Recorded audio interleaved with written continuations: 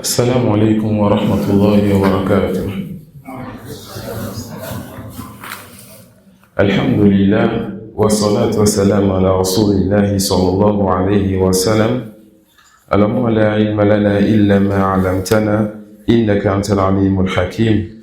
أما بعد, nous allons poursuivre par la grâce d'Allah subhanahu wa ta'ala avec le livre شروط الصلاة وأركانها وواجباتها, les conditions, les piliers et les obligations de la prière. Dans la 6 dernière, nous avons vu que l'auteur, il a cité rahmatullahi alayhi 9 conditions pour la prière. Et nous avons vu la différence entre conditions et piliers. Et nous avons déjà abordé la première donc de ces conditions. Là, nous allons voir, Inch'Allah, la deuxième condition. Non. تفضل.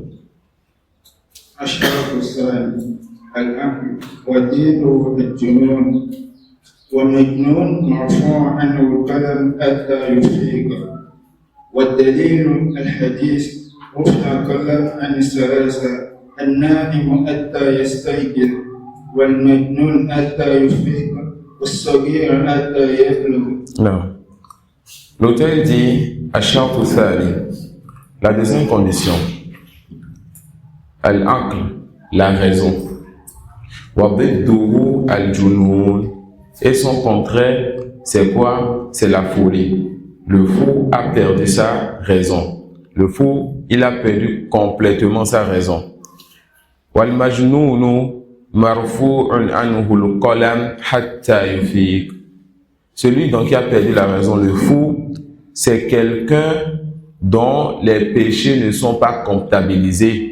On ne lui compte pas ses péchés jusqu'à ce qu'il retrouve sa raison.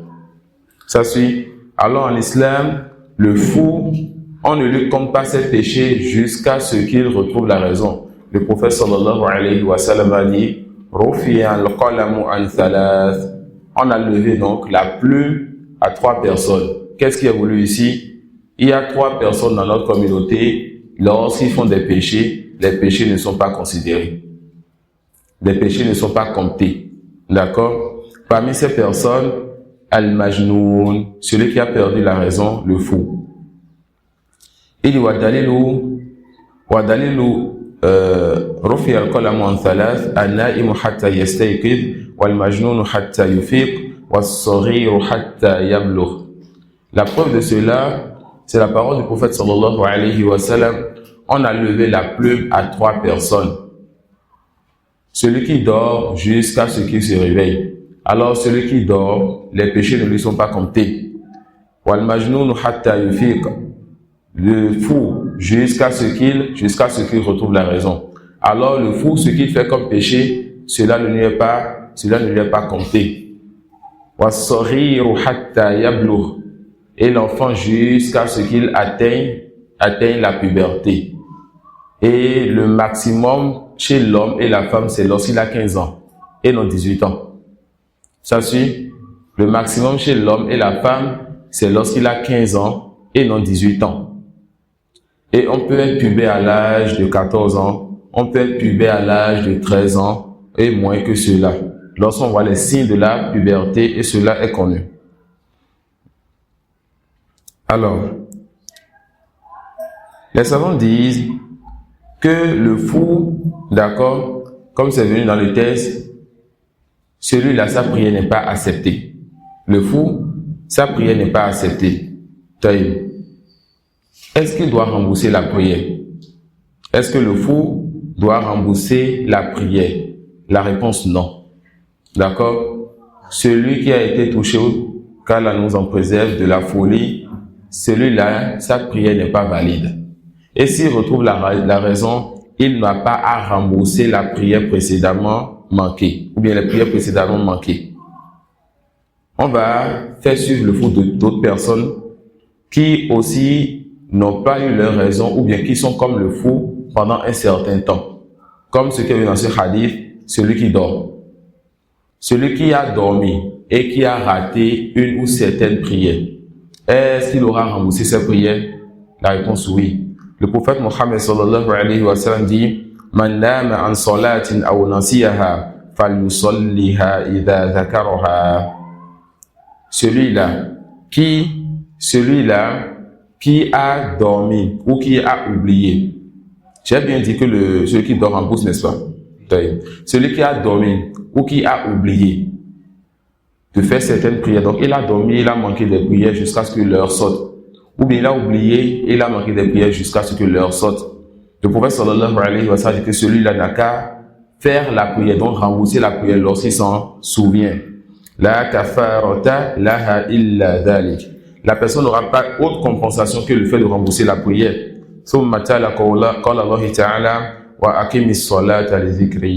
Ensuite, il lit donc la parole d'Allah subhanahu wa ta'ala et accomplit la prière quand tu te souviens de moi ou bien pour mon rappel. Alors, celui qui dort, il n'a pas de péché quand il a manqué la prière. Ça suit? Mais attention, la personne doit faire les causes pour que le sommeil ne l'amène pas à manquer la prière. Comme le fait de dormir tôt, s'il fait partie de ceux-là qui, en dormant tard, ratent la prière. Comme le fait de mettre l'alarme ou plusieurs alarmes. Comme le fait de demander à des gens de le réveiller.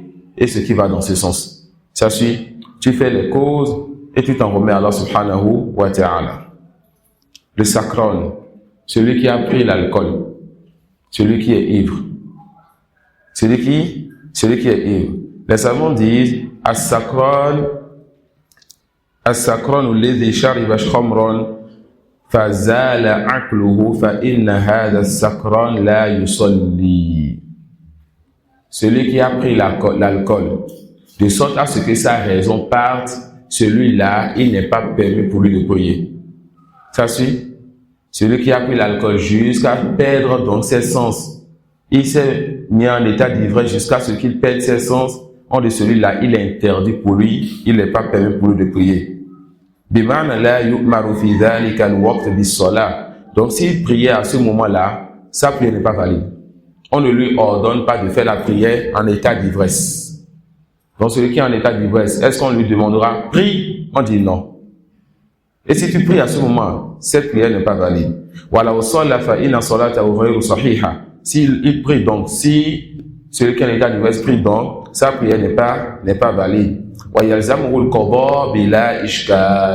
Et celui-là doit rembourser cette prière qu'il a eu à faire en état d'ivresse.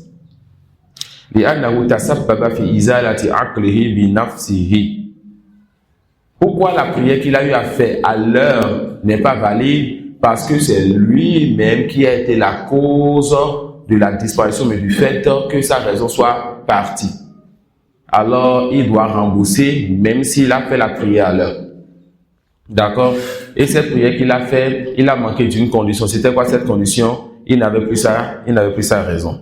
D'accord? Il n'avait plus sa raison. Il a le péché d'avoir bu l'alcool.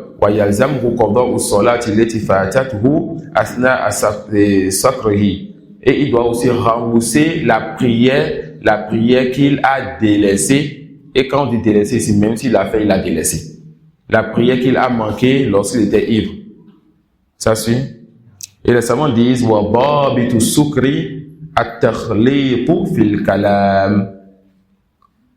on sait si quelqu'un est en état d'ivresse? Lorsque la personne se mélange dans sa parole, lorsqu'elle ne sait plus ce qu'elle dit. Allah subhanahu wa ta'ala dit La taqrabu as-salata wa antum sukara hatta ta'lamu ma taqulun. N'approchez pas la prière. On a pris toute la journée aujourd'hui pour se reposer. Alors on ne va pardonner à personne qui montre les signes de la fatigue.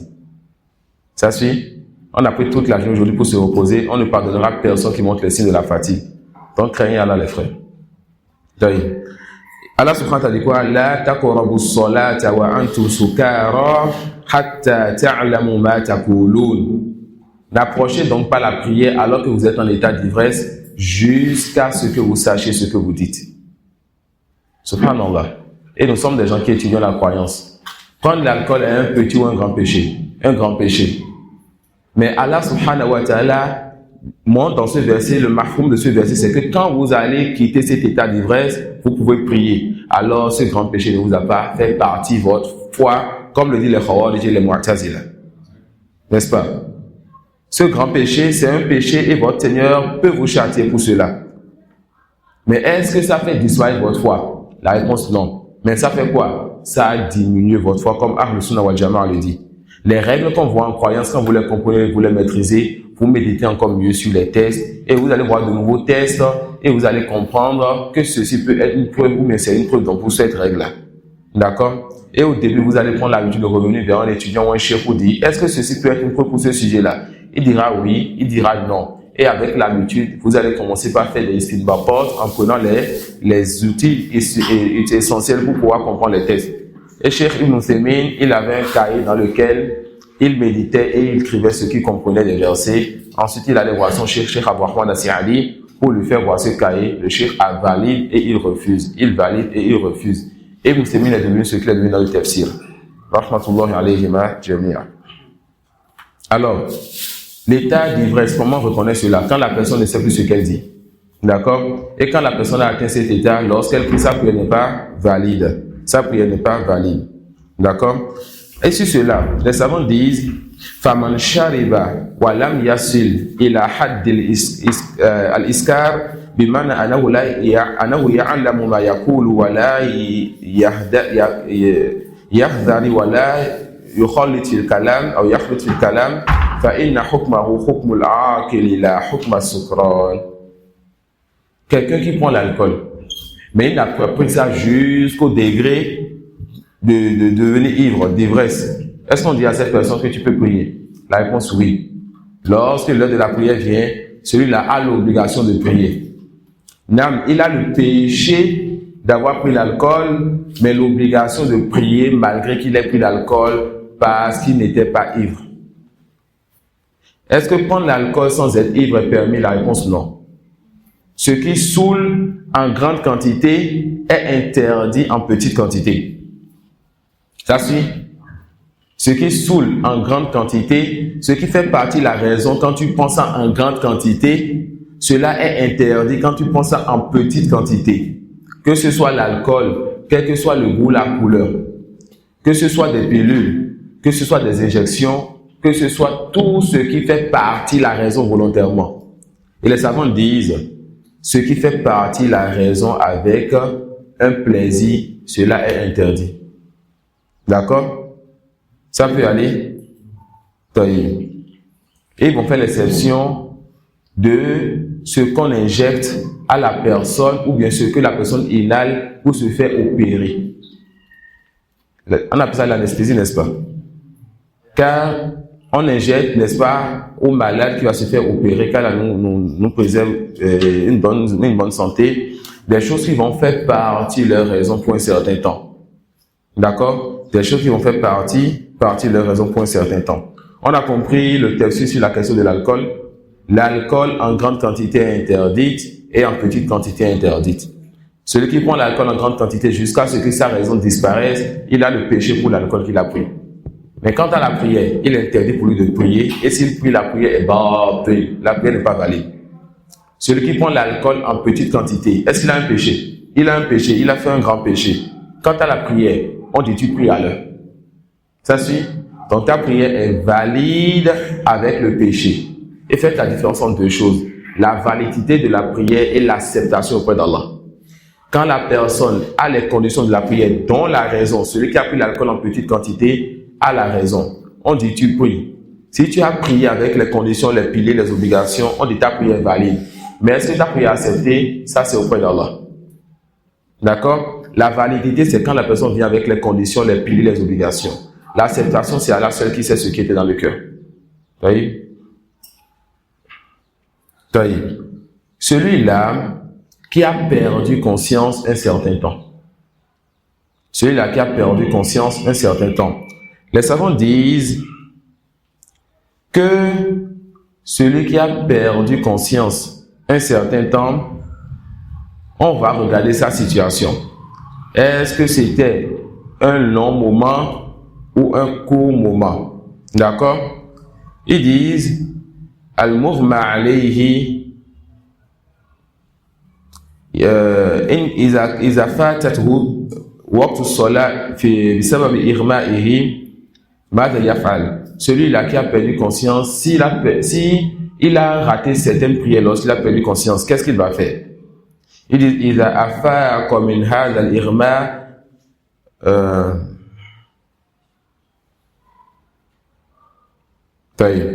certains savants disent, d'accord, que si cette personne a perdu la conscience et ensuite elle a raté certaines prières, lorsqu'elle retrouve la mémoire, ils disent, il ne va pas rembourser la prière.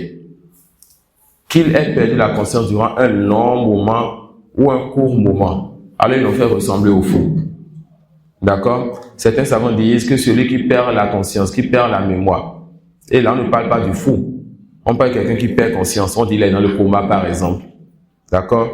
Il est dans le coma par exemple, il a une crise, qu'Allah nous en préserve.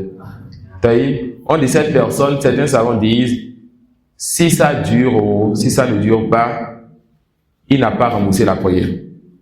D'autres savants disent que cette personne doit rembourser la prière, que ça dure ou ça ne dure pas. D'accord? Alors ils vont le faire comparer à celui qui dort. Ils vont dire, il est comme celui qui dort. Et il y a une troisième parole qui dit, on va regarder sa situation. Si il a été dans cet état de perte de conscience pendant 3 jours au moins, donc 3 jours ou plus, pendant 3 jours ou plus, non, si pendant 3 jours ou moins cette personne, elle va rembourser la prière. D'accord? 3 jours ou moins, elle va rembourser la prière. Quand est-ce qu'elle va rembourser la prière? Si elle a été dans cet état pendant 3 jours ou moins. D'accord? Et là, on l'a fait comparer à qui? À celui qui dort. Donc, celui qui a perdu la conscience. Pendant moins de 3 jours, rembourse sa prière. Celui qui a perdu conscience, pendant moins de 3 jours, rembourse la prière. On l'a comparé ici à celui qui dort. Et si cette personne a perdu la conscience pour plus que cela, on ne lui demande pas de rembourser la prière. Pour plus de 3 jours, tu ne rembourses pas. Pour moins de 3 jours, tu rembourses donc la prière.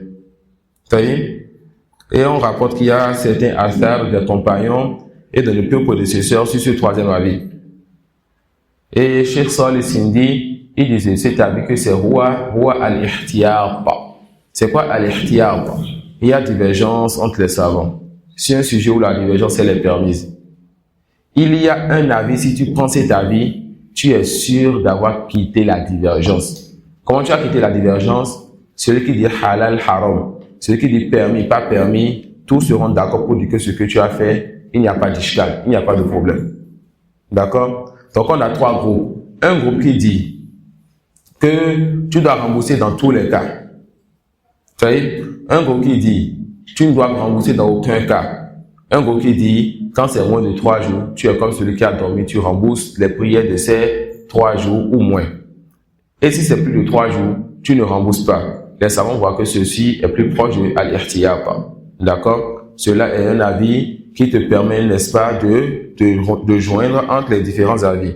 Et Cheikh Sidi dit qu'il y a des compagnons ou des salafs qui ont parlé sur ce sujet qui sont arrivés sur ce troisième avis. Qu'en est-il du fait de prendre certains médicaments qui vont faire perdre la raison? Qu'en est-il du fait de prendre certains médicaments qui vont faire perdre la raison? Comme ce qu'on a dit maintenant, ce qu'on attribue aux malades avant qu'il ne se fasse opérer. Ça peut aller afin qu'il ne sente pas la douleur et ce qui va dans ce sens. Il peut être toujours en éveil, il peut être toujours en éveil comme il peut perdre totalement la raison. Pour la jurisprudence, souvent, laissez-moi finir tout un sujet avant de faire les questions-réponses. Parce que à cause de ma faiblesse, je suis moins concentré en jurisprudence qu'en croyance. Et ceux qui me suivent souvent remarquent cela. Donc, en croyance, on peut prendre les questions-réponses, on revient et je repars sur le premier, on continue. Mais en jurisprudence, la voiture manuelle va s'éteindre. D'accord? Donc, faites ma miséricorde. Et quand la fasse miséricorde à quelqu'un qui connaît son niveau et qui se limite à cela, ça peut aller. Et l'imam Ahmad disait qu'il n'y a pas une science qui l'a fatigué comme la science des pharaons, la science de l'héritage. Il a fait tel nombre d'années pour pouvoir apprendre cela. D'accord? Donc, quand vous connaissez votre niveau dans quelque chose, n'ayez pas honte de vouloir faire plus d'efforts ou de montrer aux gens que vous êtes faible dans ceci. Alors, ne prenez pas mon dos pour aller en enfer en me prenant pour un étudiant ou un savant bien assis dans cela. D'accord? Et cela ne veut pas dire que parce que la personne de façon générale est faible dans une science, ça veut dire qu'il est faible de façon particulière dans tous les sujets de cette science-là. Et ça, c'est quelque chose que beaucoup ne comprennent pas. Parce que cet étudiant, on voit qu'il est très fort dans la jurisprudence, tous ses avis sont meilleurs que l'avis de celui qui est moins fort que dans la jurisprudence. Ça, c'est de l'ignorance. D'accord? Il y a ce qu'on appelle le mujtahid mutlaq, et ils sont très peu, peut-être il y en a plus à notre époque. Et il y a ce qu'on appelle le mujtahid al-juz'i, celui qui est capable de faire des efforts dans certains sujets. Ça suit? Alors il se peut que la personne, quand il traite certains sujets, il soit bon dedans. Mais quand tu prends la science de façon générale, il sait qu'il doit aller à pas de tortue. Alors ne vous accrochez pas à quelqu'un et vous délaissez une autre personne si vous êtes étudiant en sciences. Mais si vous faites partie de combien de gens, accrochez-vous donc à votre chef et son avis est votre avis. Mais étudiant en sciences, regarde quoi? Regarde le développement et étudie le sujet avec ses preuves. Ça suit? Étudie le sujet avec ses preuves. Cheikh Sidi dit, qu'en est-il de ces médicaments, monsieur, qu'on attribue donc aux malades avant les opérations? Est-ce que cela, lorsque tu prends ceci, tu es comme le fou, tu es comme celui qui dort, ou bien tu es comme celui qui a perdu la raison? Il dit, hafizallahu ta'ala, بعض الناس يأخذ هذا البنج فيمتد به وقت يكون فيه فاقدا للشعور كالمغمى عليه قد يكثر هذا الأمر وقد يطول يعني قد تفوته صلاة أو صلاتين أو أكثر من ذلك فما الذي يجب عليه إذا أفاق؟ لا شك أنه يجب عليه أن يقضي تلك الصلوات لأنه كان السبب في فقد شعوره وزوال عقله. Qui a compris ce que le Cheikh a dit? Qui a compris ce que le Cheikh a dit? Il a dit, non?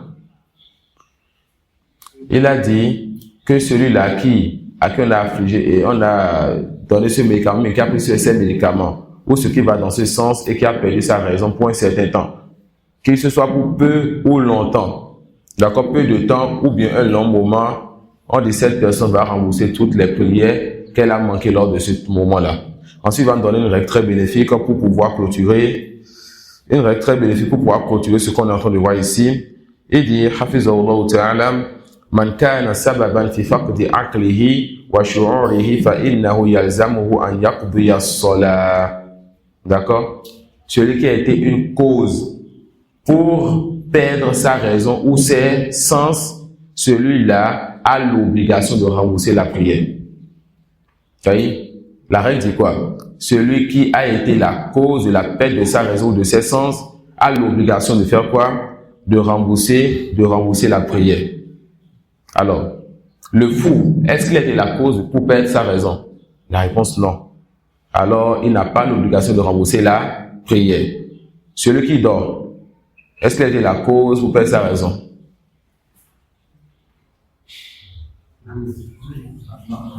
Non. Lorsque les tests viennent, il n'y a plus donc notre réflexion. Celui qui dort, on dira tout simplement, point sur ça dit quoi? Celui qui dort ou qui a oublié, rembourse lorsqu'il se rappelle. Point. Lorsque le test est là, d'accord? Ils vont dire, mais qu'est-ce que tu dis tout à l'heure là, pour le fou? On va dire que Rufi al-Qalam.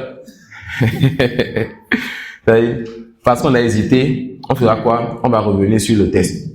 Donc celui qui dort, on dit quoi? Lui, il va rembourser cela.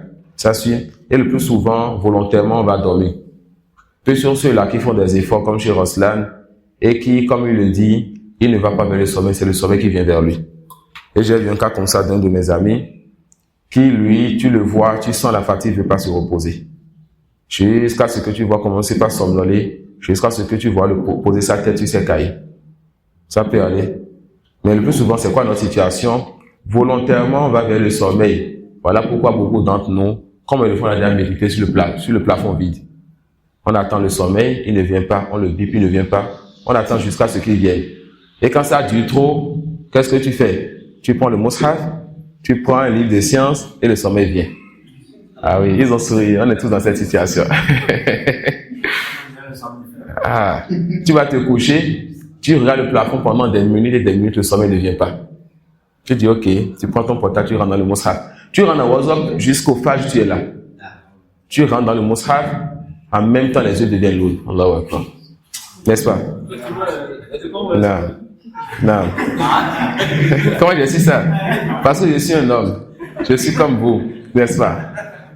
Et c'est normal, le diable, il va te donner du courage et de la force à aller vers ce qui ne te sera pas bénéfique. À l'heure là où tu devrais être en train de dormir, faire 2 rakas ou bien lire le Coran, non, ce que lui veut, c'est que tu perds ton temps sur un plafond vide, ou bien tu perds ton temps sur les réseaux sociaux, TikTok, tu vas scroller, sur WhatsApp, tu réponds à celui-ci, tu attends qu'il m'a répondu, personne, tu vas sur les statuts, tu cherches. Ça peut aller, on se reconnaît. Ça peut aller. Quand tu fais ça, il est là avec toi, tu ne vois pas le temps passer. Il t'encourage. D'accord? Mais quand tu te dis, il faut que je dorme, non, c'est pas encore le moment. Si tu dors tôt, tu vas te réveiller pour le fajr, voire même avant le fajr, il fait le oui, il fait les 2 rakas avant le fajr. Il ne veut pas ça. Ça peut aller. Toi, tu veux des hasanat la nuit, et les meilleures adorations sont les adorations de la nuit quand les gens sont en train de dormir.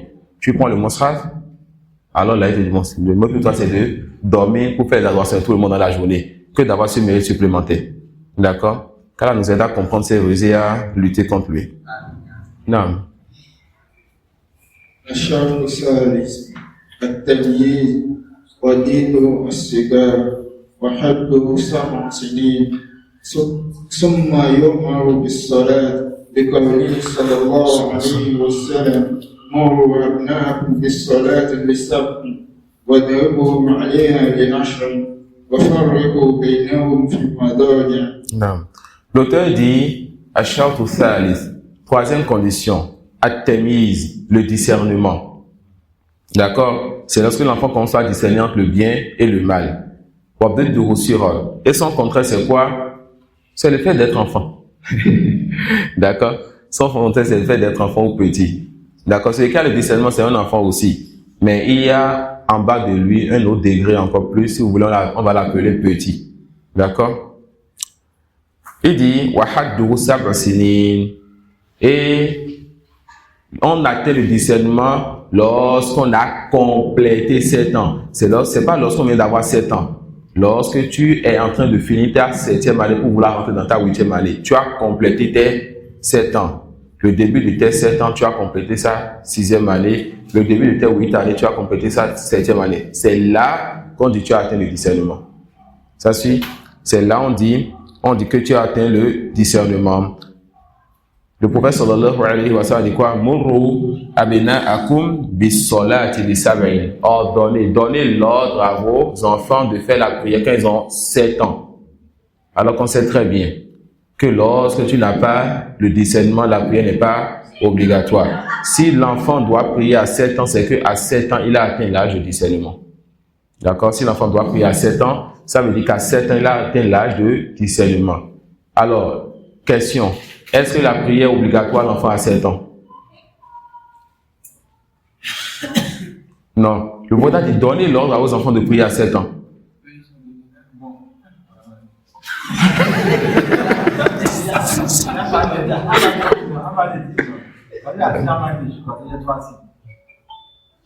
Il dit à 7 ans donnez l'ordre. À 10 ans tapez-les. À quel âge la prière devient obligatoire pour l'enfant?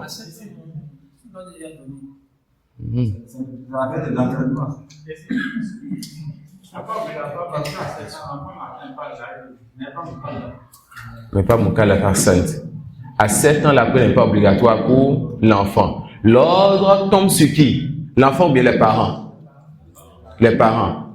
Ordonnez l'ordre à vos enfants de faire la prière. Alors, l'obligation est pour tout parent de commencer par amener ses enfants à faire la prière à l'âge de 7 ans. Donc, si l'enfant ne fait pas la prière à l'âge de 7 ans, ou bien que les parents ne donnent pas cet ordre-là, le péché tombe sur l'enfant ou bien sur les parents. Sur les parents. Ça suit? sur les parents. Donc, ce qui est voulu de l'enfant, c'est qu'il commence à apprendre à faire la prière pour prendre l'habitude, avant de devenir un homme, d'atteindre ses 15 ans, ou bien avant cela, d'avoir les signes de puberté, et là, s'il délaisse, il a le péché. Mais l'ordre à 7 ans est donné à ses parents. Et à 10 ans, un peu plus de dureté, parce que là, il approche plus de la puberté. Peut-être à 10 ans, 11 ans, il peut être pubère. Donc, il faut commencer par être un peu plus dur envers lui. Ça suit. Et de le taper, pas comme les Arabes et les Africains. D'accord? Taper l'enfant, qu'Allah nous pardonne, nous réforme tous. Taper l'enfant, ce qui est voulu, c'est quoi? Le fait tout simplement, tu prends ton doigt, ou bien tu prends ton siwak et tu dis, Yanni, donne un coup sur la main comme ça. Ça suit? C'est ce que les savants nous ont dit. C'est ce que les savants nous ont dit. Taper l'enfant, c'est quoi? Ibrahim, faut regarder papa. Regarde papa. Taper l'enfant. Taper l'enfant, ce n'est pas voir même lui laisser des traces sur le dos. Qu'Allah nous pardonne, nous réforme. D'accord? Voilà, qu'Allah nous réforme. Qu'Allah nous réforme. Allah non, il va sentir si on ne les habitue pas au préalable, au fait de les taper. Si il sait, normalement la mère doit être la plus proche et la plus douce envers les enfants. Le père garde un côté autorité. Ça, de sorte que quand il parle, ça porte effet. Ça suit. Donc en parlant, c'était suffisant que l'enfant fasse ses délaisse. Et à un certain âge, on fait peur à l'enfant de papa vient, papa va parler. Ça suit. Avant que à un certain âge, on commence pas à dire Allah te voit. Ça peut aller. Donc quand papa parle, c'est comme s'il a déjà réprimandé. Et quand papa doit dire viens ici avec du bruit, c'est encore pire. Et quand il dit je n'aime pas ça, c'est encore pire. Vous voyez? Et quand papa doit dire j'aime pas ce que tu fais, l'enfant peut pleurer. Mais qu'Allah nous réforme. Vous voyez? Allah mustan. Donc il dit quoi? Il dit Murru abna'akum lis-sab'in. Donnez l'ordre à vos enfants de faire la prière quand ils ont atteint l'âge de discernement qui est quoi? Qui est 7 ans. Et certains savants voient que c'est 6 ans. D'accord? Deux paroles donc entre les savants. At-Tirmidhi wa diduhu sighar wa hadduhu 7 sinin thumma yu'maru bis-salah liqawlihi murru abna'akum bis-salati li-sab'in wadribuhum 'alayha li 'ashrin. Et quand les enfants non?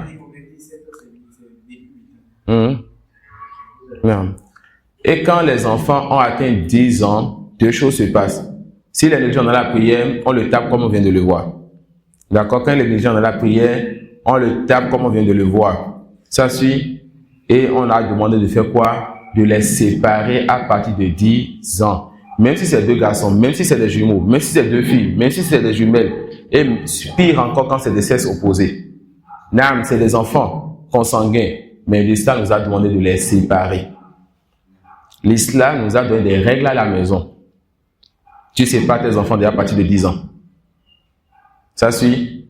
Toi le père, toi la mère, ta façon de t'habiller dans la chambre, ou bien au début de ton mariage, la façon dont tu t'habilles pour ta femme, tu es un peu plus libre.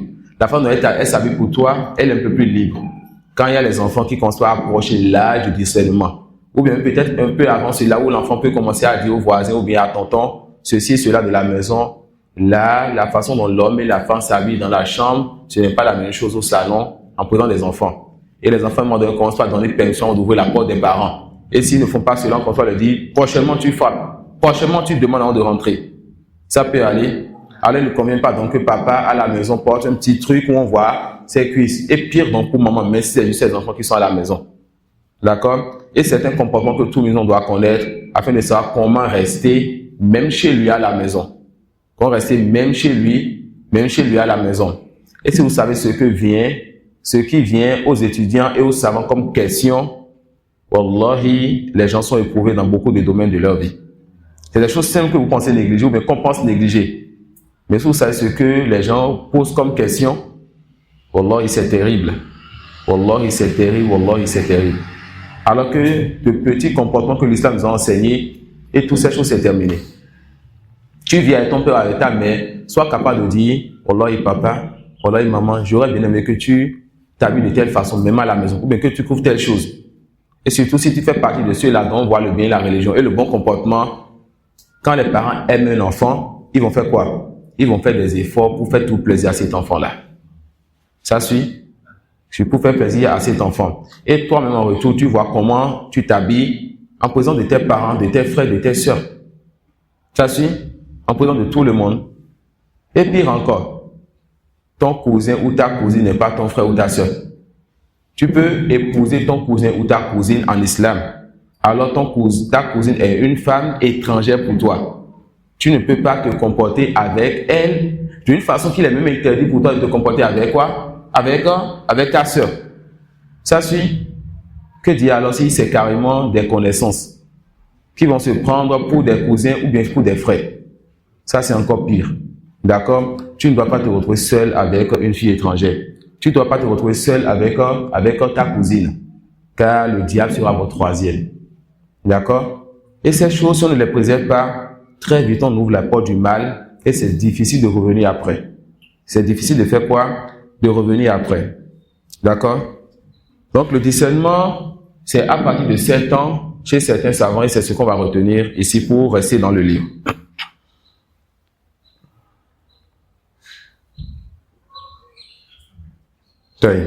L'enfant qui n'a pas atteint l'âge de discernement, alors cet enfant, sa prière n'est pas valide. D'accord? Il ne connaît pas encore l'intention. L'enfant qui n'a pas atteint l'âge de discernement, sa prière n'est pas valide. Voilà pourquoi, comme le font entendre notre chef, le docteur Ahmad Saïd, il a dit, lorsqu'il voit que souvent quand on amène les enfants de moins de 7 ans à la mosquée, ils perturbent beaucoup les gens, ils s'amusent, ils courent devant les gens, etc. Et les égyptiens sont patients. Ah, parce que moi, quand je vois ça, j'ai le cœur africain. Mais on peut faire quoi? Je suis un étudiant parmi eux. Et alhamdoulilah, que cela t'amène à faire ce que tu dois faire. Enfin, tu dois pas réagir comme un Africain dans ce sens. Dans ce cas-là, d'accord? Donc, parfois, Cheikh, il se fâche et il va demander aux parents, surtout pendant Ramadan pour les tarawih, quand les gens sont fatigués et que les enfants viennent ajouter encore la machak, quoi. Il va leur demander si votre enfant ne peut pas rester droit dans la prière et que vous ne pouvez pas contrôler votre enfant, laissez-le à la maison. Car cet enfant, on n'a pas encore besoin de lui à la prière. Donc s'il doit venir, qu'il se comporte comme un enfant qui, n'est-ce pas, peut rester dans les rangs des gens ou qui peut rester à la mosquée. Et le plus souvent, il n'est pas bien de laisser les enfants de moins de 7 ans rester entre les grands. Car c'est comme si c'était un vide qui était là. D'accord? C'est comme s'il y avait un vide dans le soft, dans le rang. Alors, est-ce que l'enfant qui a moins de 7 ans, sa prière est valide? Est-ce que sa prière est valide? La réponse, non. D'accord? L'enfant qui a moins de 7 ans, l'enfant qui a moins de 7 ans, sa prière, elle n'est pas valide. Alors, la règle dit, As-sobiyul mumayyiz. On parle ici de l'enfant qui a atteint ses 7 ans. As-sobiyul mumayyiz. Tuktabu lahu hasanatuhu, wa la tuktabu alayhi sayyi'atuhu. C'est l'une des choses pour lesquelles j'ai choisi l'espoir de Cheikh Sindi. Parce qu'on apprend beaucoup de lui. Même dans la croyance, quand il est en train de faire la jurisprudence. Le Cheikh Hafiz Allah Ta'ala te dit, l'enfant qui a atteint l'âge de discernement, donc un enfant de 7 ans, on lui écrit ses bonnes actions. La preuve de cela, donnez l'ordre à vos enfants de faire la prière quand ils ont atteint l'âge de 7 ans. Alors, ce hadith, c'est une propos dit que s'il fait la prière, il a la récompense. Ça suit. Maintenant, Rufi'a al-qalamu an thalath. Il rentre encore dans ce hadith où il est encore toujours un sori, c'est-à-dire un petit qui n'a pas atteint l'âge de puberté. Alors, ces péchés ne sont pas comptés, mais ces bonnes actions sont comptées. Ça peut aller. Et quand vous prenez cela, vous saurez comment motiver les enfants des musulmans à aller vers les hasanat. Mais quand vous faites ceci pour une khutbah ou bien tout dans ce sens, ne vous limitez pas à cela. Faites-leur peur à la fin pour que l'enfant ne voit pas que tout est permis pour lui. D'accord? Pour qu'il ne voit pas que tout est permis pour lui. Non. تفضل. الشرط الرابع رفع الحدث وهو الوضوء المعروف وموجبه الحدث. نعم. Il dit الشرط الرابع, quatrième condition. رفع الحدث. Et al-hadathu, Les savants disent wa wasfun hukmiyyun yamna'u mimma tushtaratu lahu tahara. Al-hadathu, il s'agit donc de quelque chose que tu ne vois pas et qui empêche que tu fasses, n'est-ce pas, ce pourquoi la purification est obligatoire. Al-hadathu, c'est quelque chose que tu ne vois pas et qui t'empêche de faire ce pourquoi la purification est obligatoire. Comme quoi? Comme la lecture du Coran. Pour ceux qui voient cela. D'accord? Alors, quand tu vas aux toilettes, tu dois enlever donc ce qui va t'empêcher le fait de toucher le Coran plutôt. D'accord? Le fait de toucher le Coran pour ceux qui voient cela. Car la lecture du Coran, tu peux lire le Coran même si tu n'as pas les ablutions. Mais toucher le mushaf, d'accord, toucher le mushaf, certains savants te disent que tu as besoin d'ablution, d'autres te disent que tu n'as pas besoin d'ablution. Prenons la parole de ceux qui disent que tu as besoin d'ablution. On dira quoi? On dira que quand tu vas aux toilettes, par exemple, tu es dans un état où tu ne peux pas toucher le mushaf. Ça suit? Tu es dans un état où tu ne peux pas toucher le mushaf. Alors, tu dois faire quoi? Ce qu'on appelle raf'ul hadath. Tu dois enlever cet état-là. Car le hadath est quelque chose qui t'empêche de faire ce pourquoi la purification est une obligation. La définition est un peu compliquée, n'est-ce pas? Le hadath est quelque chose qui t'empêche de faire ce pourquoi la purification est une obligation. La purification est obligatoire chez certains savants pour toucher le mushaf. La purification est obligatoire chez tout le monde pour faire la prière. Alors le hadath t'empêchera de faire la prière. Le hadath t'empêchera de faire le tawaf pour les savants qui voient que les ablutions sont une condition du tawaf. D'accord? Ça peut aller. Et souvent retenir une règle. Lorsque les savants citent des exemples pour justifier une règle ou une définition, ce n'est pas tout ce qu'ils citent comme position qui sont leur avis. D'accord? Lorsque les savants citent des exemples pour justifier une position et pour une règle ou bien une définition, ce n'est pas tout ce qu'ils citent qui est leur avis. D'accord? Qui est leur avis. On a compris c'est quoi Al-Hadath? Al-Hadath, c'est un état dans lequel tu es et qui t'empêche de faire ce pourquoi la purification est une obligation. Et ça, c'est une définition que les fuqaha donnent et c'est très bénéfique car avec ça, chaque fois que tu vois que les ablutions ou bien le ghusl est obligatoire pour quelque chose, tu dis le hadath empêche de faire cette chose-là. D'accord? Le hadath empêche de faire cette chose-là. Et tout exemple peut rentrer dans cette définition. Alors, ils disent que la tahara, parce que quand tu fais ce qu'on appelle le raf'ul hadath, tu enlèves cet état d'impureté là. Cette impureté que tu ne vois pas et qui t'empêche de faire ce que la purification, les ablutions ou le ghusl te rendent obligatoire. Ils te disent alors que enlever cet état d'impureté revient à deux choses. Le fait d'enlever ce qu'on appelle l'impureté mineure et le fait d'enlever ce qu'on appelle l'impurité majeure. Donc vous retenez que l'impureté est de deux types. D'accord? Al-hadath, l'impureté qu'on ne voit pas, est de deux types. L'impureté mineure et l'impureté majeure. Ça suit? Pourquoi j'ajoute l'impureté qu'on ne voit pas? Quand on verra plus tard dans ce livre qu'il y a l'impureté qu'on voit, qu'on sent ou qu'on touche. D'accord? Donc l'impureté qu'on ne voit pas est de combien de types? Est de deux types, n'est-ce pas? L'impureté mineure et l'impureté majeure.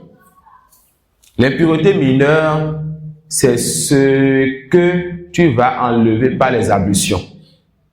Comme le fait d'aller faire ses besoins. Comme le fait qu'on appelle, de manger la viande de chameau. Ça suit?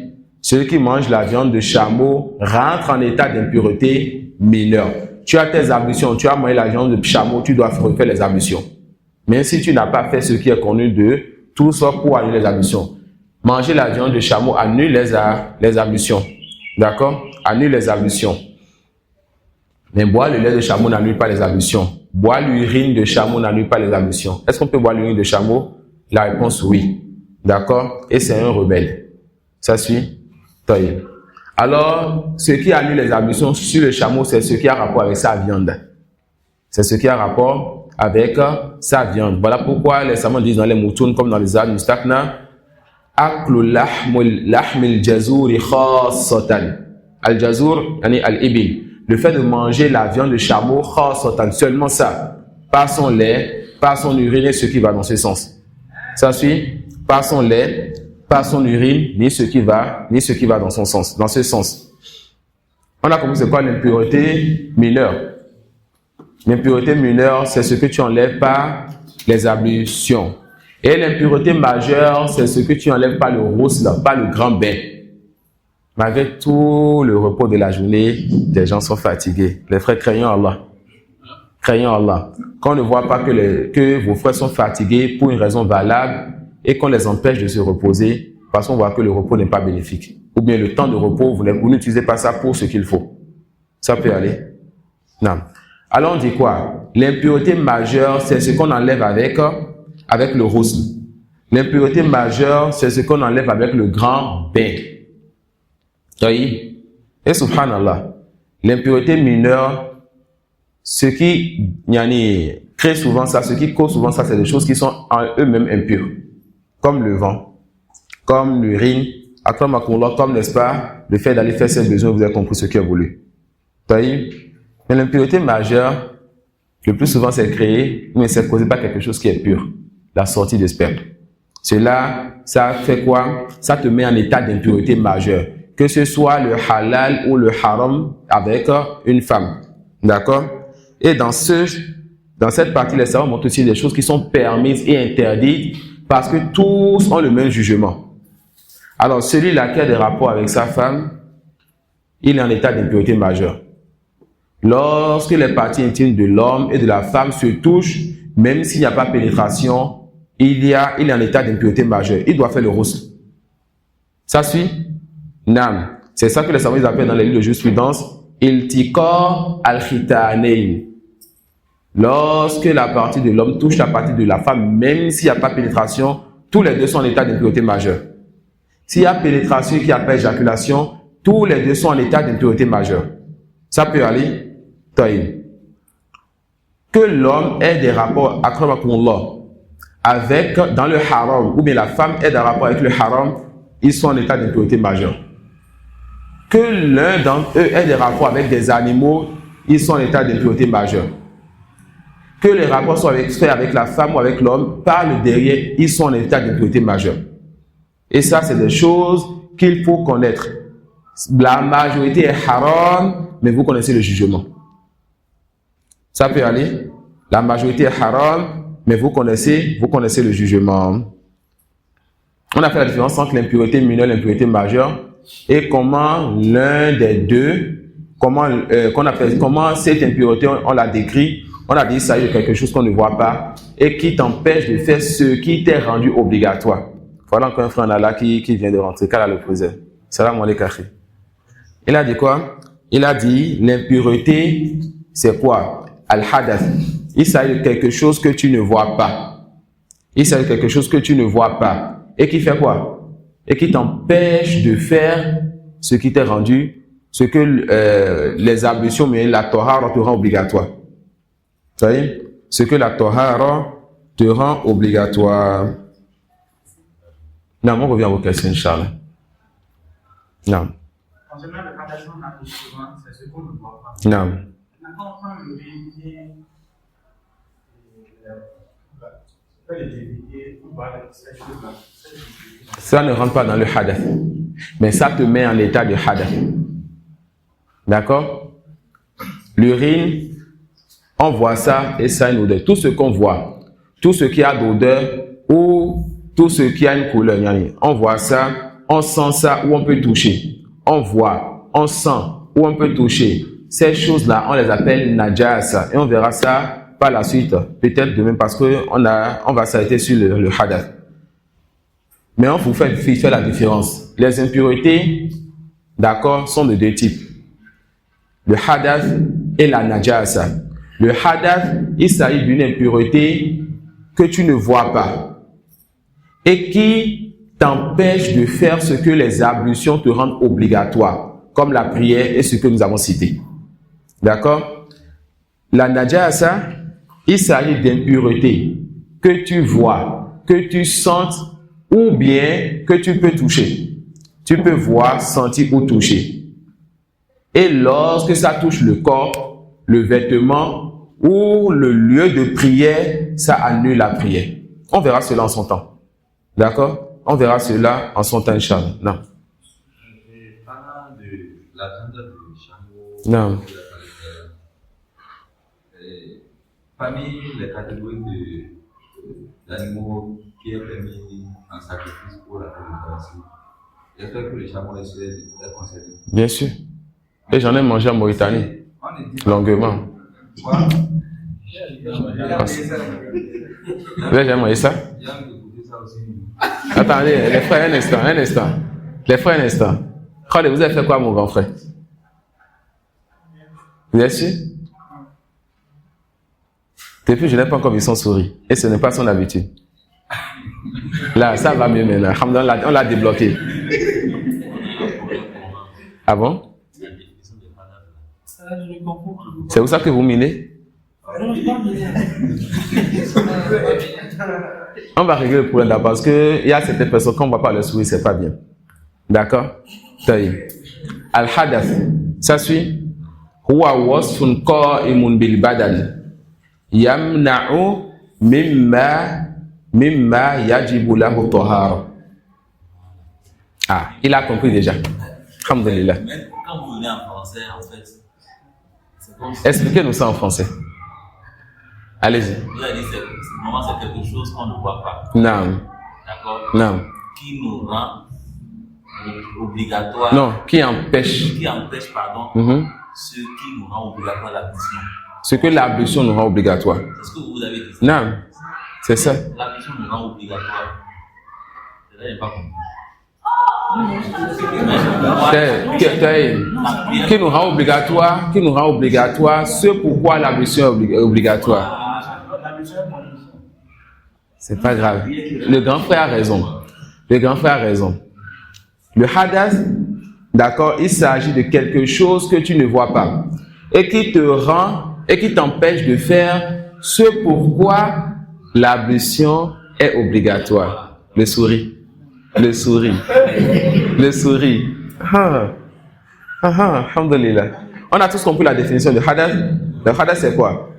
Il s'agit de quelque chose que tu ne vois pas. Tu es dans un état, d'accord, qui t'empêche de faire ce pourquoi l'ablution est obligatoire. Alhamdulillah. Nam. On était sur Siddiq, Nam. Donc, si le chameau est cité parmi les catégories d'animaux qui sont permis pour le sacrifice, Nam. pourquoi les autres ne sont pas n'annulent dans. Bon, je voulais savoir pourquoi c'est la viande du chameau qui annule l'ablution, alors que si on la parole, on le voit pas. Parce que les compagnons faisaient leurs ablutions lorsqu'ils mangeaient la viande de chameau. Ça suit? Parce que les compagnons faisaient quoi? Leurs ablutions quand ils mangeaient la viande de chameau. Et lorsqu'ils prenaient la viande de mouton ou autre, ils ne faisaient pas les ablutions. Ça suit? Ça peut aller. Lorsque l'islam fait la différence entre quelque chose, nous faisons la différence. Et nous ne mettons pas notre raison dedans. Vous suivez? Pourquoi on se lave le bras et on s'essuie la tête? On se soumet à ce que les textes nous ont dit. Pourquoi la viande annule les ablutions et pas l'urine ni le lait? On se soumet donc à ce que disent les textes. Ça peut aller? Non. Et ça? Un enfant qui n'atteint pas l'âge de saignement, ça fait un pas. Non. Au cas où vous le trouvez en pratique et que parmi Vous le trouvez? en pratique, quoi. Non. Il a l'air de la pierre et personne ne maîtrisait pas la partie, par exemple. Bon, il y a un enfant qui a peut-être mémorisé, qui a Il a quel âge? 6 ans, par exemple. 6 ans, alors il peut diriger. On a dit tout à l'heure que les savants disent quoi? Certains disent 7 ans, d'autres disent, etc. Mais moins de 6 ans, ne le met pas devant. Ça suit? Moins de 6 ans, il peut mémoriser ce qu'il a mémorisé, on ne le met pas devant. Et qu'est-ce qu'on fait là? On n'a que de grandes personnes. Personne ne maîtrise la Fatiha. L'un d'entre eux devient imam. D'accord? Yani, man lam yuhsin al-Fatiha, huwa imam li mithlihi. Celui qui ne maîtrise pas la Fatiha peut être imam pour qui? Lui-même ou bien ceux qui sont comme lui. Yani, il prie seul ou bien il est imam pour ceux qui sont comme lui. Non. Vous ok? Quand on dit que l'alcool est interdit et genre, que la petite quantité, que si la grande quantité est en dessous, alors la petite quantité est interdite. Non. On prend par exemple les exemples de médicaments où on met le pourcentage d'alcool, où on met par exemple au niveau des médicaments, mais pas pour anesthésier. Les médicaments, par exemple, quand les gens sont malades, dans la composition, Ah bon? il y a de l'alcool. Il y a un médicament, il y a de l'alcool dedans? Il y a de l'alcool. Je pense qu'il y a alcool dans l'alcool, non? N'est-ce pas? C'est un type de drogue, pas dans les stratégies pour pouvoir soulager la douleur. Docteur a dit qu'il y a alcool dans alcool. Le mot alcool, n'est-ce pas? Non. Est-ce que c'est le type d'alcool que quand on prend en grande quantité, ça va faire perdre la raison? Ce type de question, je pense qu'on va voir ce que les docteurs disent, ou bien on va voir ce que les gens disent sur ça. En allant voilà. Non.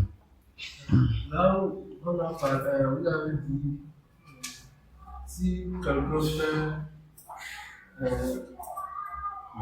la raison pendant 3 jours, et après tout bien, la raison, il rembourse ça. Quand c'est plus de 3 jours, il rembourse. Quand c'est moins de 3 jours, il ne rembourse pas. Non, quand c'est moins de 3 jours, il rembourse. Quand c'est plus de 3 jours, il ne rembourse pas. Non. Par exemple, Je suppose qu'il a raté 3 prières le lundi, 5 prières le mardi, 1 prière le mercredi. C'est combien de prières? 9 prières. Alors il a 9 prières à rembourser. Certains savants lui disent, il va prier chaque prière avec son équivalent. Le jour, quand il veut faire jour, il fait le jour de jour avec les jours à rembourser. Le ans, il fait pareil. D'autres vont lui dire non. Allez, bismillah, il fait les ablutions et il se lance. D'accord? Et l'affaire est très simple. Tu fais ce que tu peux faire. Si tu peux tout faire d'un coup, tout en créant ton Allah et en ayant al-khushu', tu le fais. Si tu veux, quand tu fais une prière, tu fais suivre de ce que tu dois rembourser. Une prière, tu fais suivre de ce que tu dois rembourser. Autre non. C'est par rapport à la séparation des enfants. Non. Non. Un père modeste qui est dans une chambre, nous savons, et qui a 2 enfants. Non. Comment les séparer? Je pense que ce n'est pas une question que ceux qui sont à l'appartement devraient poser, n'est-ce pas? La réponse, elle est claire. À l'appartement, combien on est? Non. Est-ce qu'on dort sur les mêmes nattes? Non. Les nattes coûtent combien? Si le père est modeste, alors les nattes sont modestes. Qui ne sépare les enfants donc avec des nattes une place? Ça suit? Et il y a des nattes encore moins chères que ce que nous avons payé là. L'affaire est très simple. Il ne donne pas sur le même lit. Ou bien sur le même... Non. Ça est la question. Si les nattes, ça n'est pas des pièces. On a un salon et une chambre à coucher. Non, pas des pièces. Il y a quelqu'un qui est là, il y a quelqu'un qui est là. Ah, les gars, les frères veulent amener fitna. Il me dit, mais nous, les nattes sont presque collées. Hein. Frère, on a les nattes séparées, on est dans Doruro, si vous voulez. D'accord, on est dans quoi? On est dans Doruro. Ça peut aller. On ne peut pas donner plus d'espace que ce qu'on a là. L'année passée, c'était un seul appartement. Cette année, Allah a voulu qu'on aille 2 appartements qui nous permettent, n'est-ce pas, d'aller encore mieux que cela. D'accord? On va l'implorer pour cela. Et concernant la question du frère, Aucun savant ne va rentrer là où on est et dire quelque chose. Soyez-en sûrs. Soyez-en sûrs. Non. j'avais écouté une parole de l'équipe Et concernant la question de... Non. Pourquoi le chameau est interdit et on doit refaire les ablutions. Ça fait donne. Allez-y. Non, ça va. Tafadhal. Mais c'est juste une phrase que je vais ajouter. C'est juste une phrase que je vais ajouter. Doucement.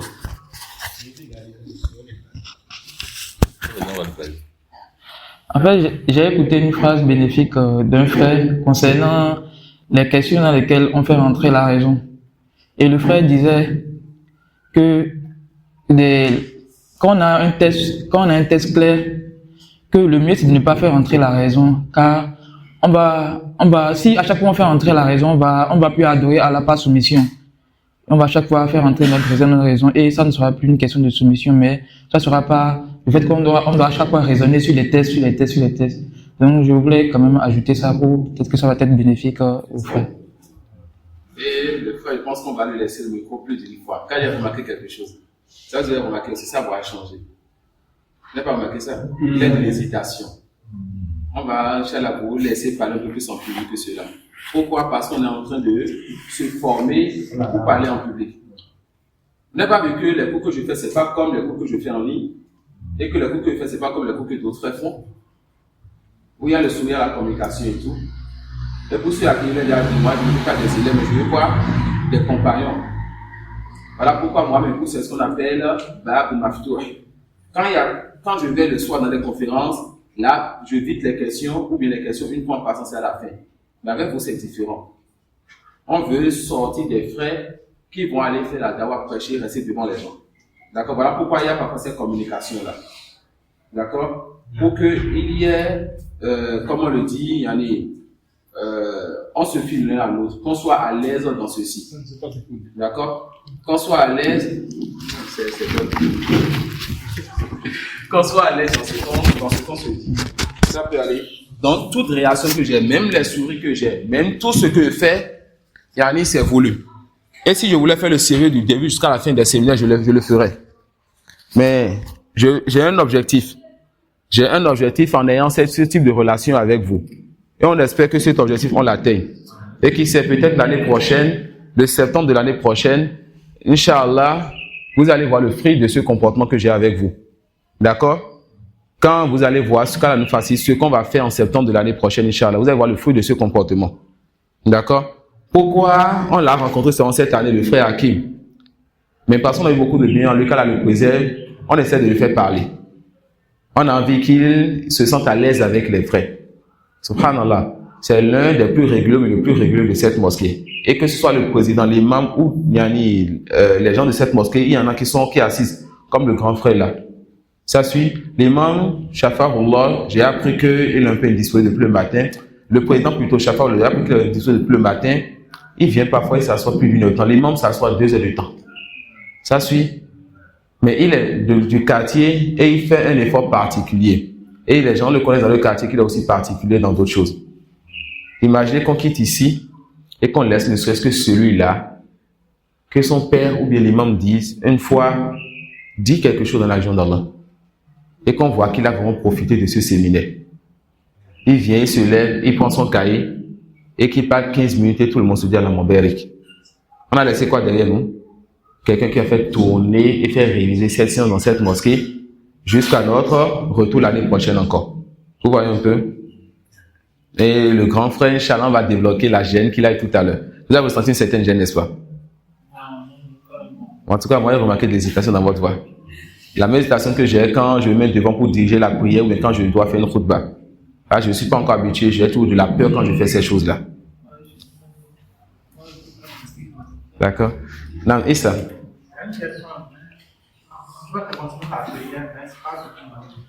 Non, c'est par rapport à... Non.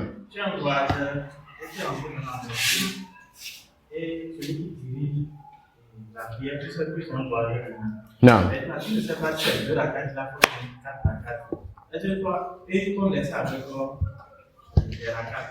Et toi, maintenant, en complément, on appelle sur la carte. Parce qu'on dit que quand tu vis derrière le résident, c'est obligatoire pour toi de faire 4 à 4 même si tu es un voyageur. Non. Mais tu sais que lui, il est voyageur. Maintenant, si tu es peut-être là 4 à 4, est-ce que toi, tu vas payer la carte? Est-ce que toi, tu vas faire non, déjà, tu dois rentrer dans la prière avec une intention. L'intention précède l'acte. Donc, si tu es sûr que lui, Quand il vient chaque fois, il dit aux gens, je suis voyage, je fais 2 rakas, rentre avec l'intention de 2 rakas. Si tu hésites, rentre dans l'intention de 4 rakas. Même s'il a fait 2 rakas, toi tu complètes. Est-ce qu'on va dire que ta prière est nulle? La réponse non. Mais si tu rentres dans l'intention de voyageur et que lui a fait 4 rakas, là, on va dire qu'est-ce qu'il faut faire? Je vais questionner, Inch'Allah. Non. Attends, on revient. Il y avait une question ici, n'est-ce pas? 2 questions. Time. Concernant la viande du chameau qui est bien. Non.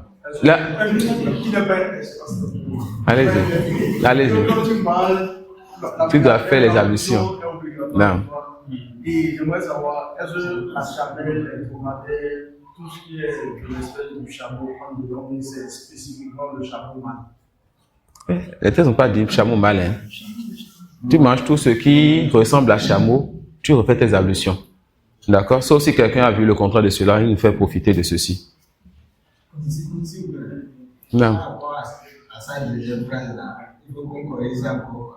Laquelle? Elle a dit que le fait de manger le chameau est obligatoire à l'ablution. La viande de chameau. La viande de chameau. C'est que ça annule l'ablution. Non, ça annule l'ablution. Jazakumullah khairan. Non.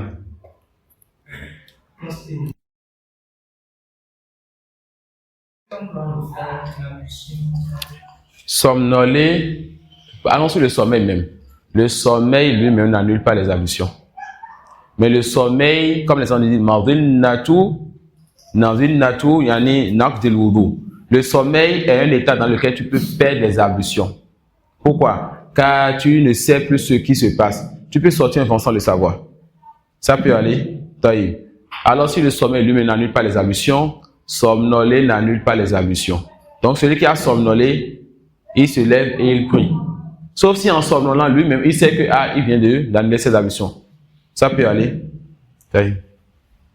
C'est dit? Et en fait, je voulais ajouter à ce que j'avais demandé tout à l'heure. Non. D'abord, j'ai compris que j'avais déjà compris que quand les faits sont clairs, la raison n'a plus sa place là.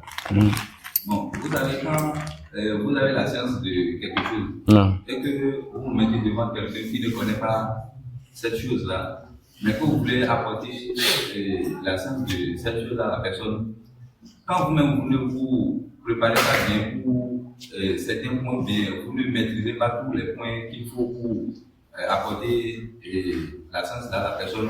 Il se peut que cette personne-là vous pose une question dont vous allez ignorer, mais vous ne saurez pas si comment il faut répondre à cette question-là. C'est pourquoi parfois, bon, on essaie de comprendre les points. Je comprends. Pas seulement dans l'intention de débattre ou bien de contredire. C'est clair. Alhamdulillah, on n'a que des personnes qui ont un très bon comportement à ces séminaires. Vous imaginez les questions que d'autres personnes peuvent vous poser. Bien sûr, bien sûr. Vous allez apporter et c'est légitime. L'information là. Donc, il faut vous apprêter vous-même devant celui qui vous enseigne cette chose pour avoir les réponses possibles que vous pouvez apporter à cette personne qui va vous poser la question là ensuite. C'est totalement légitime. Je comprends. Et en plus, comment dire, c'est pas que quand il y a un test, la raison n'a plus sa place. La raison a justement sa place pour comprendre le test. D'accord? Pour comprendre le test. On n'annule pas la raison totalement en islam. Ça suit. Et parfois, certaines réponses que je donne comme ça, pour ne pas être précis, c'est quand je n'ai pas la raison, je suis pas sûr de la réponse, je suis pas sûr de ma réponse. D'accord? Et moi, les réponses que je donne souvent, c'est soit je l'ai lu, je l'ai entendu ou j'ai déjà questionné. Voilà pourquoi j'ai souvent les questions-réponses, soit je les aime pas. Mais j'ai commencé par ouvrir ça depuis qu'on a commencé. Vous allez voir que l'année passée au sud, est-ce que je laissais les questions-réponses même pour le séminaire? Non. Mais au nord, oui. Pourquoi? Parce que j'ai jugé qu'on a déjà pris une certaine base et les questions étaient maintenant jaugées. Et vos questions souvent c'était sur des choses qu'on a vues ou proches de cela. Et soit j'ai la réponse ou je suis proche de la réponse. Et c'est ce qu'on voit jusqu'à présent, alhamdulillah. Non. J'aimerais savoir quelle est la situation de quelqu'un qui est dans une mosquée et qui voit des enfants en train de prier. Non. Et il ne connaît pas l'âge, il ne sait pas si l'enfant est du Seigneur, mais en voyant ces enfants, il trouve quand même du sérieux dans leur manière de prier. Parce qu'on sait qu'on ne peut pas diriger, on ne peut pas faire du diamant dans une mosquée. est-ce qu'il prie avec eux ou bien il attend, il finit de prier et ensuite il fait sa prière? Si il peut estimer l'âge de l'enfant qui dirige et qu'il voit que cet enfant devrait avoir 6 ou 7 ans, qu'il prie derrière eux. S'il doute, qu'il prie seul. Et la question de ne pas faire 2 djamans dans une mosquée, cela a besoin de détails. D'accord? Cela a besoin de détails. Ça peut aller. Non. Est-ce que c'est déjà venu que vous soyez venu dans cette mosquée, vous venez avec les frères, vous venez qu'à la vie, vous priez en groupe, ou vous ne priez pas en groupe? Ça rentre dans le fait de faire 2 djamans dans une mosquée. Car la djamma principale a déjà eu lieu. Ça peut aller. La djamma de l'imam a prié, ils ont fini de prier. Vous êtes venu en retard, vous avez prié. Donc ceux qui se disent, moi je suis d'avis qu'on ne fait pas 2 djammas dans une mosquée, quand tu rentres, tu pries séparément. Vous voyez, quand tu rentres, tu pries séparément. Quand tu rentres, tu vois une djamma qui prie et que ce n'est pas celle de l'imam, tu pries séparément. D'accord? Mais si je ne penche pas trop vers cet avis. Et la mise en pratique, vous ne penchez pas vers cet avis aussi. Non. Et ça? Ah, Ibrahim, non. Quand tu rentres dans la mosquée, et l'imam qui demande, par exemple, la prière de Maghrib et Isha. Non. Donc, quand tu viens, et dans la récitation du imam, la Fatiha, t'es pas, il y a des harakats qui changent totalement. De sorte à ce que ça change le sens des versets. Les harakats là, ça ne correspond pas. Non. Non. Et on a certains savants qui quand la Fatiha n'est pas bien de la prière. Donc, est-ce que tu le suis ou bien tu pries à part? Tu pries à part. Si tu es sûr que la personne change le haraka, de sorte à ce que ça change le sens du verset, alors cette personne, tu ne pries pas derrière lui. D'accord? Cette personne, tu ne pries pas derrière lui. Et ça? Est-ce que le jugement de l'alcool a un bon sens que Non. L'alcool n'est pas limité seulement à ce qui est liquide. Tout ce qui fait partie de la raison avec un plaisir, cela, ça rentre dans l'alcool. D'accord? Yani, ça rentre dans ce qui enivre. Je ne veux pas dire l'alcool. Tout ce qui, on dit enivre, n'est-ce pas? Tout ce qui enivre, yani, quand tu prends ça en grande quantité, est interdit en petite quantité. L'alcool, les drogues et toutes ces choses-là. D'accord? Toutes ces choses. Donc, tout ce qu'on a dit sur celui qui est en état d'ivresse, ça rend tout celui qui prend l'alcool, celui qui prend les drogues, celui qui prend tout ce qui va dans ce sens. Non. Je n'ai pas bien compris ce que vous entendez. Ce qu'on ne peut pas séparer les enfants quand ils nous amènent. Je n'ai pas encore bien compris. C'est juste par rapport au moment où ils dorment bien. Quand ils veulent dormir, non. Mais sinon, de manière générale. Non, les enfants voulaient laisser, yani, rester entre frères ou même rester entre sœurs. Et entre frères et sœurs. Non. Ensuite, il a pris la prière du voyageur. Je disais de me par rapport à la prière du voyageur, les 2 rakats, lorsque c'est des prières obligatoires à 4 rakats. Est-ce que c'est durant tout le voyage ou bien c'est 3 jours? Parce que j'attends 3 jours. Qu'il fasse ça devant tout le voyage. Je vais faire 2 rakats quand je n'ai pas cours jusqu'à fin septembre, Inch'Allah. Non. Même si ça fait partie des avis sur lesquels j'ai vu en réalité que yani, le débat n'est pas bon. C'est moi qui dis souvent qu'il ne faut pas appeler les noms. Mais j'appelle les noms quand je vois que yani, c'est moi qui suis en tort. Aboutor a le Sénégalais, qu'elle a le faisait. Il fut un temps, il a pris l'avis, et c'est l'avis de certains de nos grands savants comme Ibn Taymiyyah et bien d'autres, que même quand tu es un étudiant à Médine et que tu ne sais pas, tu ne t'es pas pris comme résident, alors tu es voyageur jusqu'à ce que tu rentres chez toi. Mais si tu fais 1 an là-bas, tu rentres, tu reviens, ça peut aller sans limite. Donc, il a pris cet avion un certain temps, et quand je le vois, parfois, il rentre dans cette période de voyageur, alors qu'il prend sa carte de séjour en Égypte et tout, et qu'il veut faire 2 rakats, ça me donne une grande gêne. Et on a débattu plusieurs fois sur cela. Ensuite, j'ai été prouvé l'année passée de rentrer au pays. Je fais 1 mois, j'ai vu que je suis considéré comme voyageur. L'année passée, j'ai fait 2 mois comme voyageur. Alors quand je débat avec mon frère, je lui ai mis des tests qui disent qu'il ne faut pas dépasser tel nombre de jours ou tel nombre de prières. Vous voyez un peu? Mais dans la mise en pratique, non, je ne connais plus ces tests-là. Quelle est la non-réforme? Donc, la personne fait quoi? La personne se considère comme voyageur tant que, quand le Cheikh Al-Albani, la chose revient à l'intention. Quand tu vois que tu as l'intention que tu te considères maintenant comme résident, c'est fini. Le grand frère a dit quoi quand il était ici, assis hier? Il a dit quoi? Que l'on se considère maintenant là-bas comme résident. Là-bas, je fais 4 rakas. Ici, je fais 2 rakas. Ça suit? Quelle que soit la durée ou le temps que je vais passer au Bénin, je fais 2 rakas. Je vais là-bas, mais si je veux faire une semaine, revenir encore pour un prêche, la famille, quelque chose, je fais 4 rakas là-bas. C'est bon? Donc vous êtes venu du Nord, vous faites 1 mois ici, allez. Quand il n'y a pas cours, tu pries à la maison, faites 2 rakas. Sauf si vous ne mettrez pas ce sujet. Et votre oustaz au Nord vous a dit, il faut faire 4 rakas quand vous avez dépassé telle chose, oublie tout ce que j'ai dit. D'accord? Car là, c'est une question que tu m'as posée. Là, c'est pas un cours. Dans le cours, tu vas apprendre des règles, tu vas apprendre des preuves, etc. Et là, tu as aussi une éducation. Mais si tu as ton oustaz qui t'a dit, il faut faire 4 rakas, oublie tout ce que je t'ai dit. Une autre question? Je voudrais savoir, par rapport à ce sujet-là, est-ce que le fait de vouloir faire 2 rakas ou de vouloir réduire la prière te permet de ne pas aller prier à la mosquée? Oui. Choisir prier à la mosquée. Oui. C'est une dérogation. Quand tu es voyageur, tu peux délaisser le Jumu'ah. Quand tu es voyageur, tu pries 2 rakas. Quand tu es voyageur, tu fais 2 prières ensemble. Quand tu es voyageur, tu délaisses le jeûne. Alors tu fais comme tu veux. Combien de fois on est sorti avec nos machères? Ça suit? Donc on sort pas pour une affaire religieuse, mais pour se distraire, pour s'amuser, pour nager, manger et passer la journée entre nous. On est dans un état où on se dit voyageur. On a au moins 2 de nos chefs parmi ceux que je vous cite souvent, Cheikh Moussa, Cheikh Ahmed Saïd. Il y a une mosquée à côté de la villa qu'on loue. On entend l'adhan, on ne se lève pas pour aller à la mosquée. On n'est pas en train de faire cours. On n'est pas en train de manger. Certains sont dans la piscine, d'autres ping-pong, d'autres en train de jouer au football. On s'amuse. Ensuite, quand on veut, on laisse le zou, le ans, à un moment donné, on fait l'adhan du ans, on fait le zou, on fait le ans. Intara. Ça peut aller. C'est là ce que les textes ont dit. Voilà ce qu'on a vu les savants faire. Voilà ce qu'on a vu les étudiants faire. Donc, que quelqu'un ne nous dise pas que quand tu es voyageur et que tu fais rien à la maison, tu as l'obligation d'aller à la prière. C'est quoi ta preuve? C'est quoi la preuve qui rend obligatoire cela? Ça suit? C'est quoi la preuve qui rend obligatoire cela?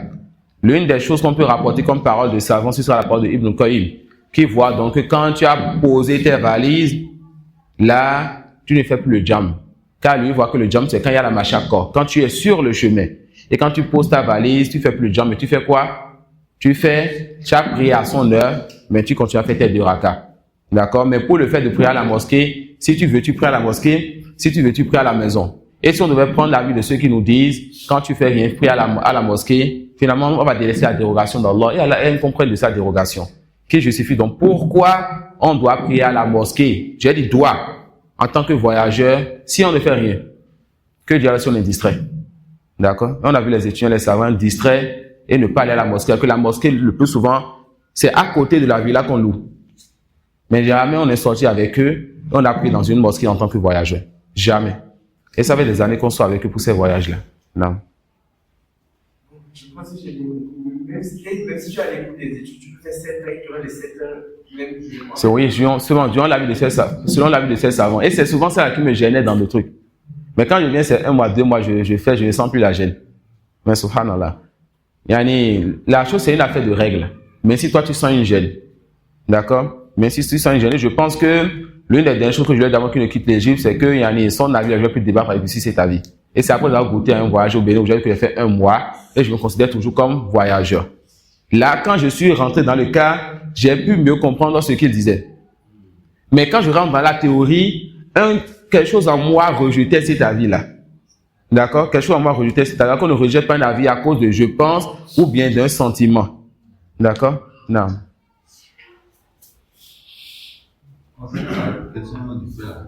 Si je suis un voyageur, que je suis chez moi, à la maison, là où je suis logé, et que j'ai la capacité d'aller à la mosquée pour aller prier, mais je prends la décision de rester et prier à la maison, ou soit quelque chose ne m'empêche pas trop d'aller à la mosquée.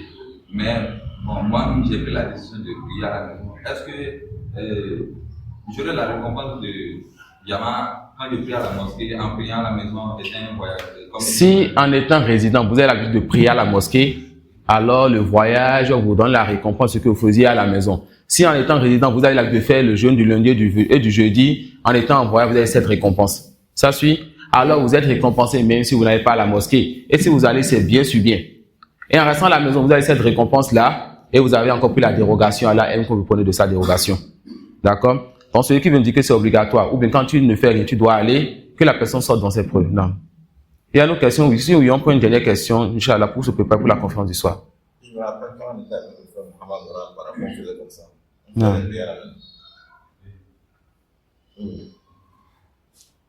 Non. Moi, j'ai quand même un problème avec bon, je ne sais pas si les gens remarquent ça ici ou de manière générale. L'alcool qui est dans les composants, parce que je laisse un peu de côté. Non.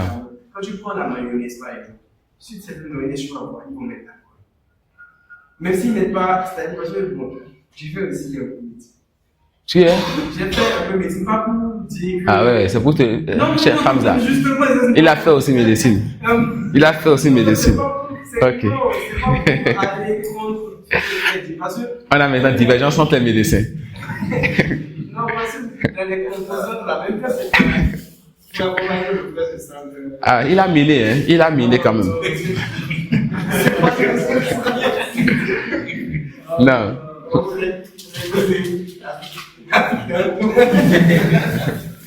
Non. Donc, des fois, quand tu vois ici, par rapport aux composants, pas les composants. On a dit que l'alcool rentre dans ce qui enivre, n'est-ce pas? Et on a cité des catégories de choses, parmi lesquelles ce qu'on donne à la personne lorsque la personne elle est souffrante et tout. Et on a fait l'exception de ceci. Alors, mais tout ce qui rentre dans mayonnaise, chocolat, ces choses-là, mets ça dans cette catégorie. Car parfois, ils vont mettre qu'il y a eu de l'alcool et ce n'est pas l'alcool qu'on connaît, ou parfois, c'est des choses qui ensuite vont être évaporées. Ça suit? Vinaigre, par exemple, on appelle ça aussi alcool. D'accord? L'alcool, c'est quoi? Tu peux prendre le vin, tu laisses ça jusqu'à ce que ça devienne de l'alcool.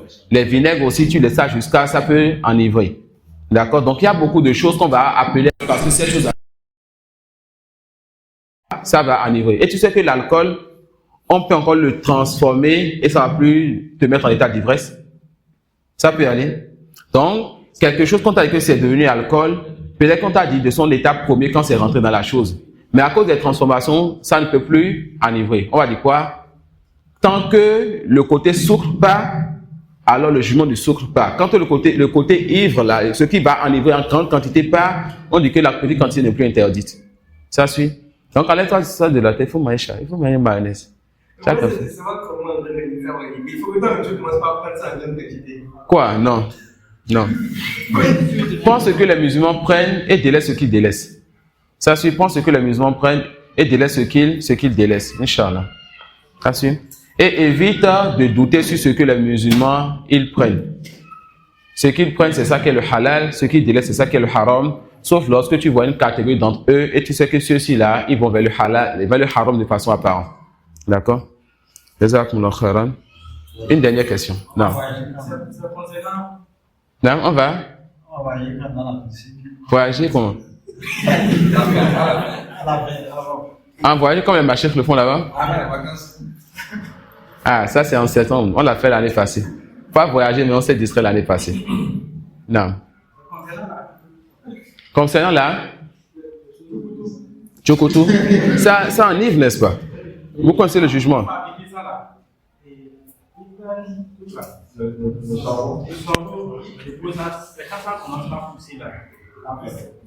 Et il fait la maison mais il y a la capacité d'être si pas mal. Même pour ce il y a certains alphabets qui de prendre la capacité et on laisse les choses aussi comme est-ce que la cassation, si on pense ça va mettre en état d'ivresse? Non? Pourquoi ils interdisent ça alors? La procédure de fabrication est la même. Non, ce n'est pas la procédure qui est voulue. Est-ce que la chose met en état d'ivresse? C'est ça la question. Vous voyez? Donc ça veut dire que le choukoutou là, quand ils vont commencer par faire ça avec des machines chinoises, là, ils vont permettre ça. S'ils regardent la procédure et que c'est ça leur illa, leur raison, alors ils vont permettre ça. On ne regarde pas la procédure, mais on regarde quoi? Est-ce que ça met en état de divorce ou pas? Non. Ça peut aller. Jazakumullah khairan. Subhanaka wa bihamdika ashhadu an la ilaha illa anta astaghfiruka wa atubu ilayk.